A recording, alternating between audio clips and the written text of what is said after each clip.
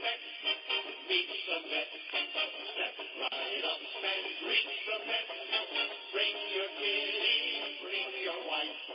Guaranteed to have the time of your life because the Mets are really the ball. Not some home runs over the wall. We are back. New York Met baseball, past, present, and future. I'm Ralph Tyko. Marty Rose is my co-host. He's in Jacksonville, Florida. I'm in California, in the northern part. And you're here. Mert, how are you? I'm good, Ralph. How are you tonight? Not bad at all. Things are slowly getting into shorter days and longer nights. Yes. But that's all part of getting into winter, and I'm sure winter is almost a relief in Florida. You don't get as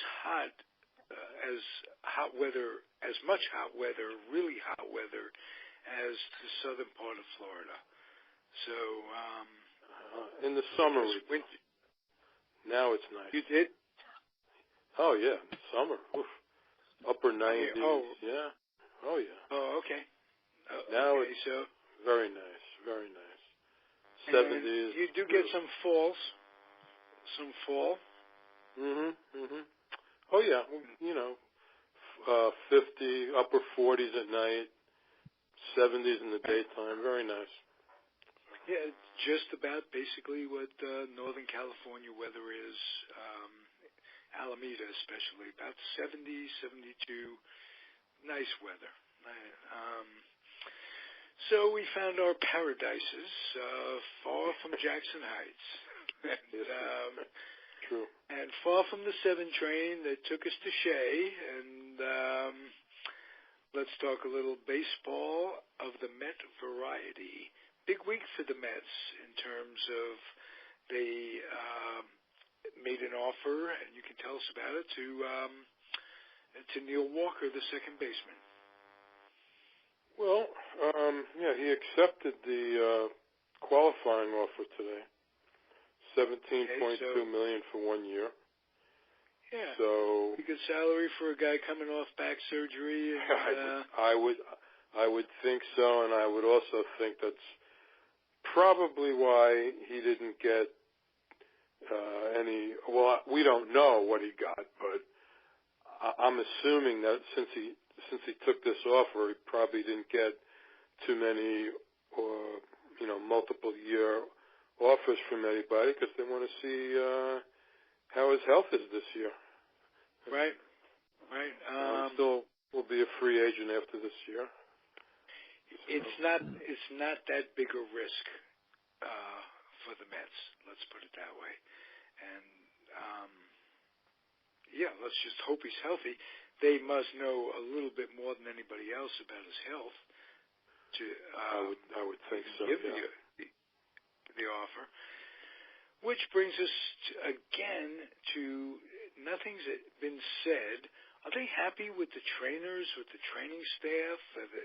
I haven't read anything about that. There was an inordinate number of injuries last year, and the numbers are the numbers, but that was crazy. And the year before wasn't all that much better when you think about it. No, but it's not the trainer's fault that they get injured. I think what the fans complain about most is that you don't get a lot of correct information from them, if any. Right. They'll say, well, he'll be out a week, and it turns into a month. I mean, that seems to happen a lot with them. I don't know if it happens more with them than other teams, but if they weren't happy with the training staff, they would have done something by now. These are the same guys that have been around since Omar Manaya's been here. So, Zach Wheeler's we were talking about that last week or off the air.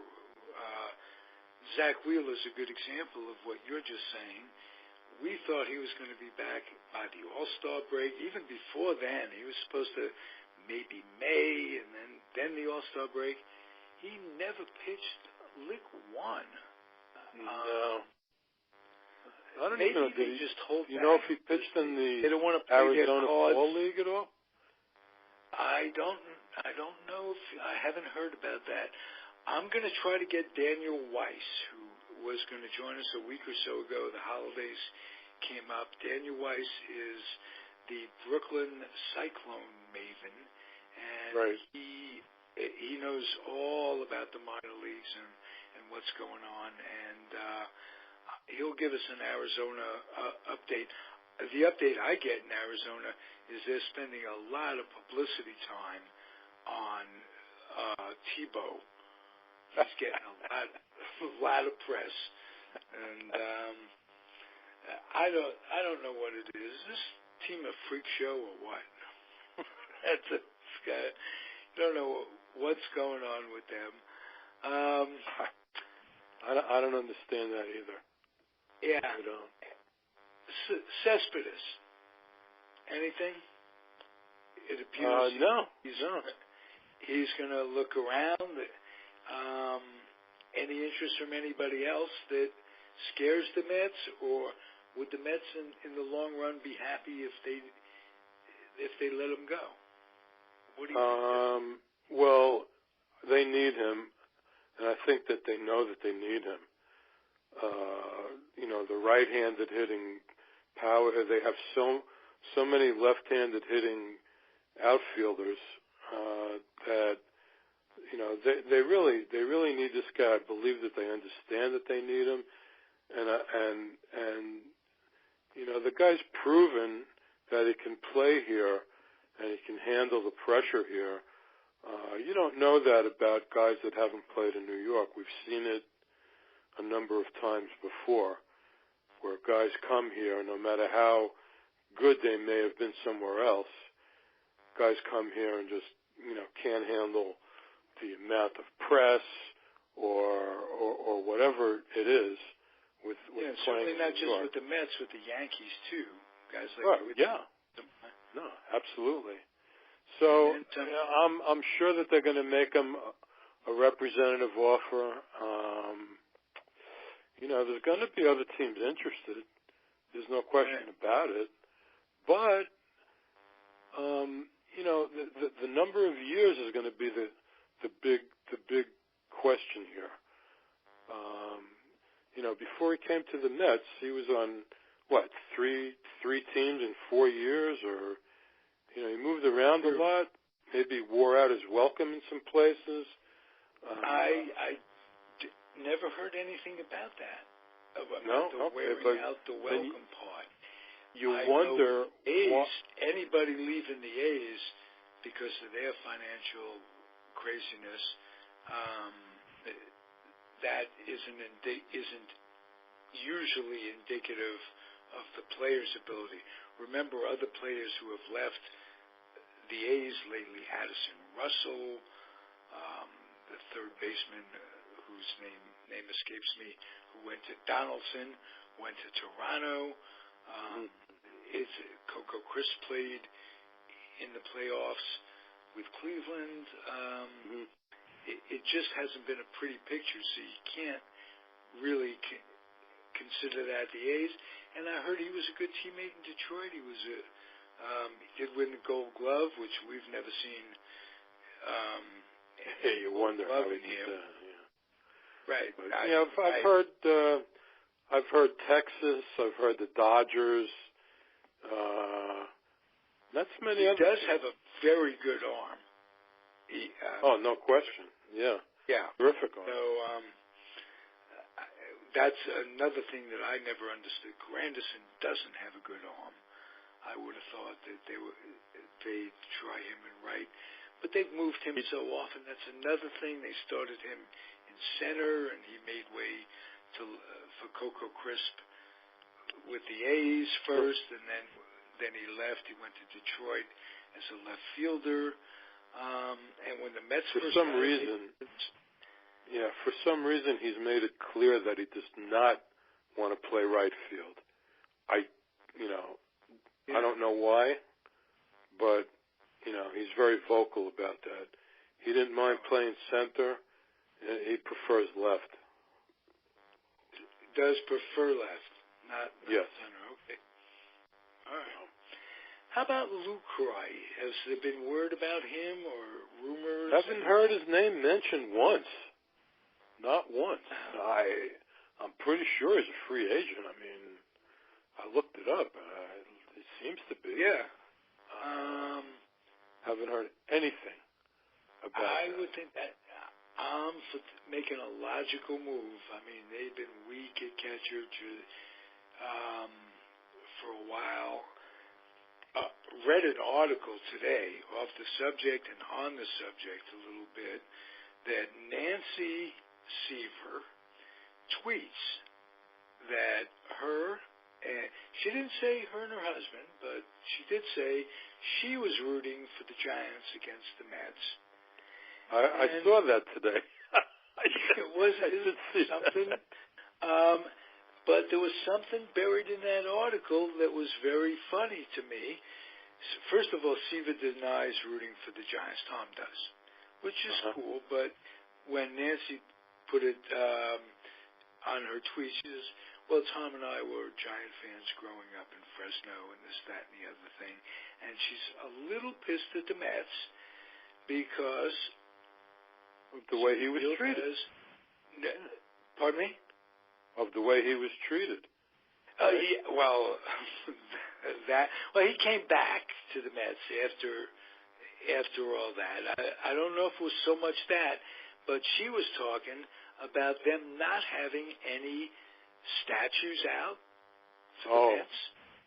Yeah. And Giants, she specifically said the Giants have Marichal, statues for Marichal, statues for Mays, statue for McCovey. They're thinking of one for Gaylord Perry. That is spoken about here quite a bit. About they have none, but they have zero, none. So, and no. Another thing that must be spoken about is that being a Met fan, they're supposed to be a combination of the two teams in some way. In other words, the Dodgers, the colors and everything, Dodgers, Giants. There's no representation. I mean, the park itself is made to look like Ebbets Field, and there's no real anything about the New York Giants. The San Francisco Giants honor the New York Giants quite a bit on their stadium. They have plaques and what have you, and walls of honor about the entire franchise, but nothing for the Mets about. They do have the Jackie Robinson Rotunda in Citi Field inside. Right. What is that about? He was a great man. I mean, they should be. His number is and should be retired. The deal is that Fred Wilpon was a big Dodger fan. Yeah. So a Jackie Robinson Rotunda and a park that really does resemble in its charm and its intimacy. Field. Yes. Can't knock it for that. No. But still, I would like to see something to commemorate both the Giants and Met heroes. There should be statues of Gil Hodges and Seaver, and start with those two. And there you go. And maybe even Casey should have a statue out there. I wonder what the franchise would have been like if they went in a different direction and didn't hire Casey Stengel and George Weiss. Just you wonder. What it morphed to and what have you. What else is going on that you want to talk about? Well,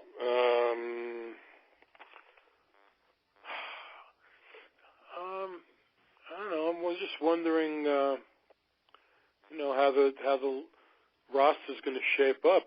Really,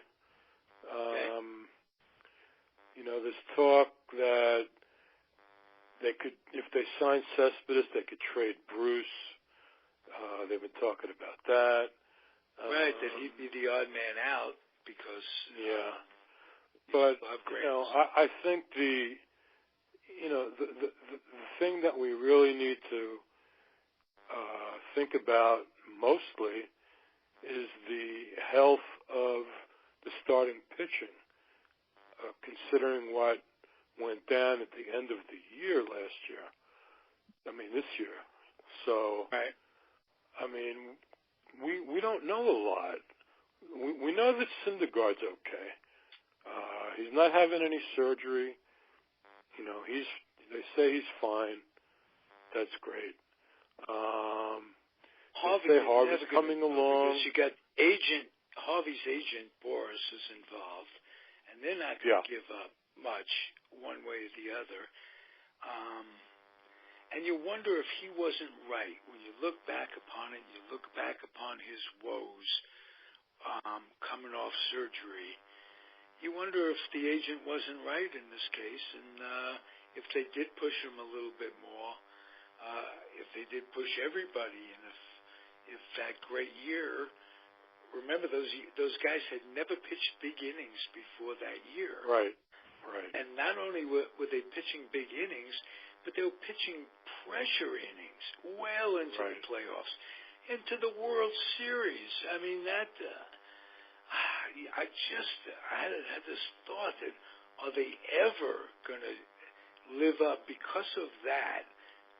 Could it be that they never live up to the potential of what they, what was expected? That's possible. Golden five guys that, including Wheeler, and now with Cologne gone, that's something to think about. And now I can't believe Cologne got the kind of money he did. Yeah, wow. I can't believe a rebuilding team puts money into Dickey and Cologne, who are both on board. What is that about? Is that a rudderless organization or what? I mean, I guess they just got to fill spots. You know, they are opening a new ballpark this year. That's true.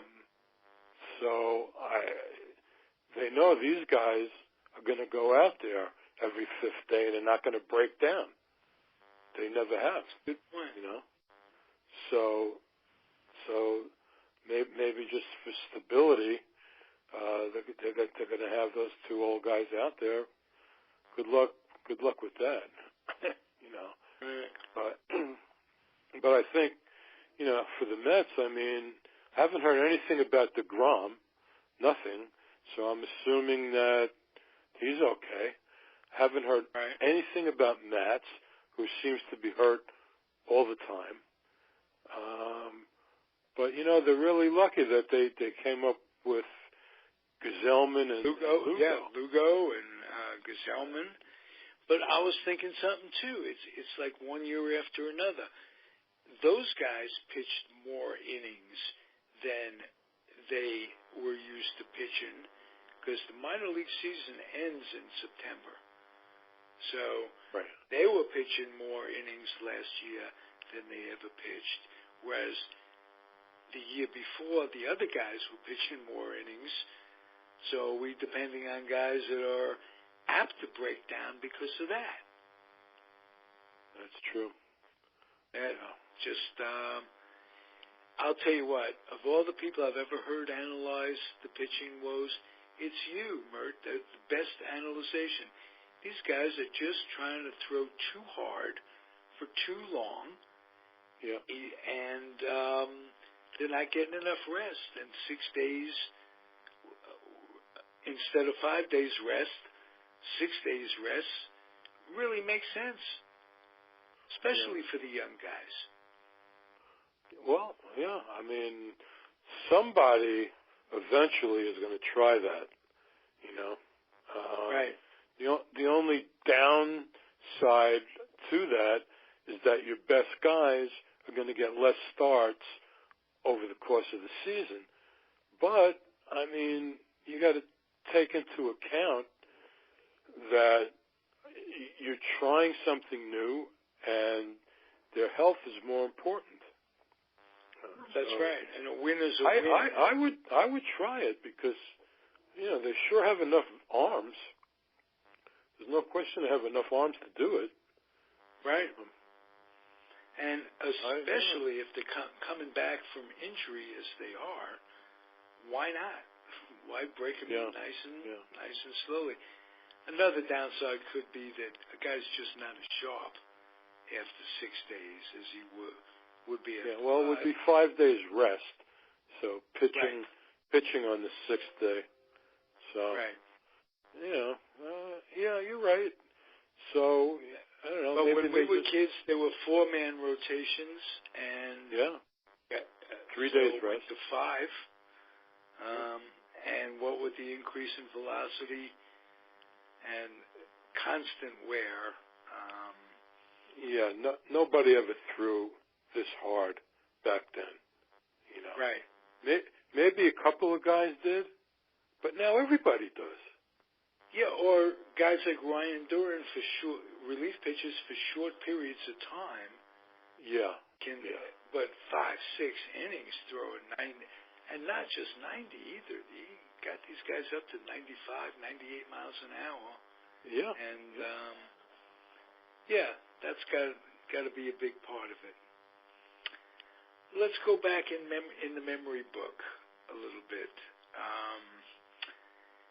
I did a show last night with Peter Golenbach, and he wrote a book that I got in the mail 2 or 3 weeks ago. It's called Amazing, The Miraculous History of the New York Mets' Beloved Baseball Team. And it's done in a typical Peter Golenbach way, where he interviews players in an incredible manner. He just gets their competitiveness out of them. And I wanted to relay one story that you might enjoy. We talked about it on his show last night, and I wish you could have heard it. So I'll tell you about it. Just interested the heck out of me. Remember when Swoboda came up, he really wasn't a very good fielder.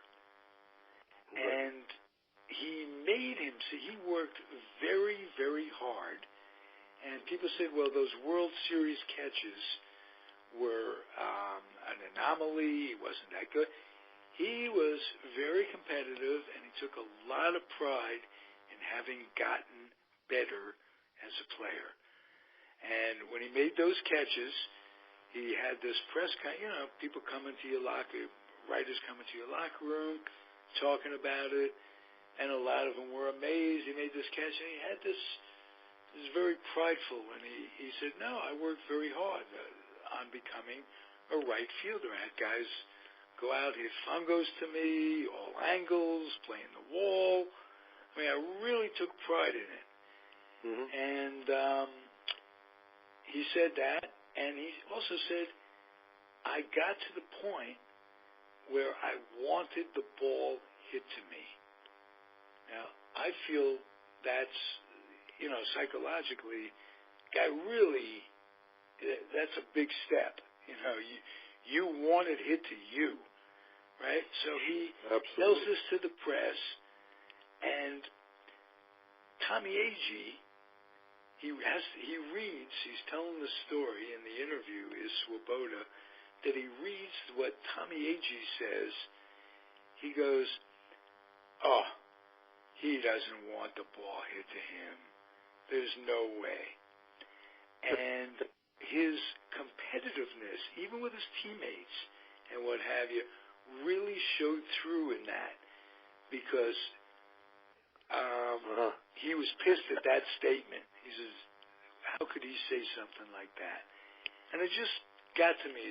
I was really happy to hear that Swoboda thought enough of himself and his defense. With all the work he put in, he gained a lot of confidence, obviously. Right, and he could feel that way. And A.G. was a good fielder, really good fielder. Oh, yeah. They both made great catches in that World Series. And A.G.'s catches were almost more expected than Swoboda's. Swoboda's were great, two of the greatest catches in the history of baseball. But people would say, wow, Swoboda, who would have known it was Swoboda, this, that, and the other thing. And even I had, and I'm sure if you think about it, you don't think about him as a great fielder all over. But it was just because of the way he broke in, the way he was when he broke in. Enough credit isn't given to these guys who make themselves better players as pros at the major league level. Keep getting better. That's true. And that was a great story. He also talked about Rod Keneal was one of his favorite people to interview. And just memories of those early years.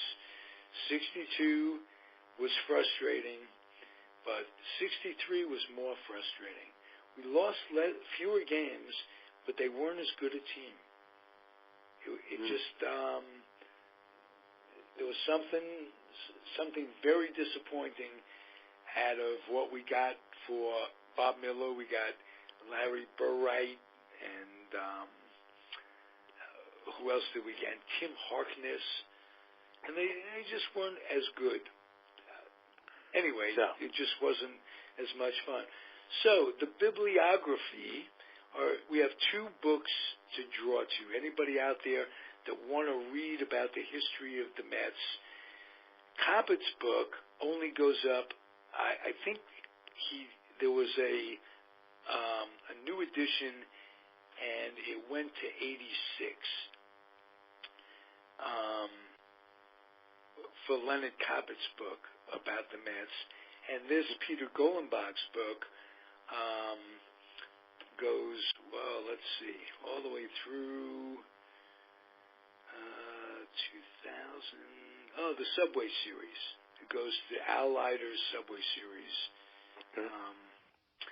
So anybody out there looking for some good Met reads, you might look at the Leonard Coppett book, the Mets, and Peter Golenbach's book. So that's your Mets show for this week, Mert. Our guest was Gonzo once again. We won't even discuss it. I don't understand it. I communicated with him this afternoon and did not show, but we don't miss a beat, do we? Always got something to talk about, Ralph, you know. Always got something to indeed. All right, Mert. Yeah. We'll talk next week, same time, same bat channel, and I look forward to it. Say hi to Peg, and be very healthy. All right, Mert. Have a good one. Everybody out there, adios. Keep on keeping on. We'll catch you next week. Bye.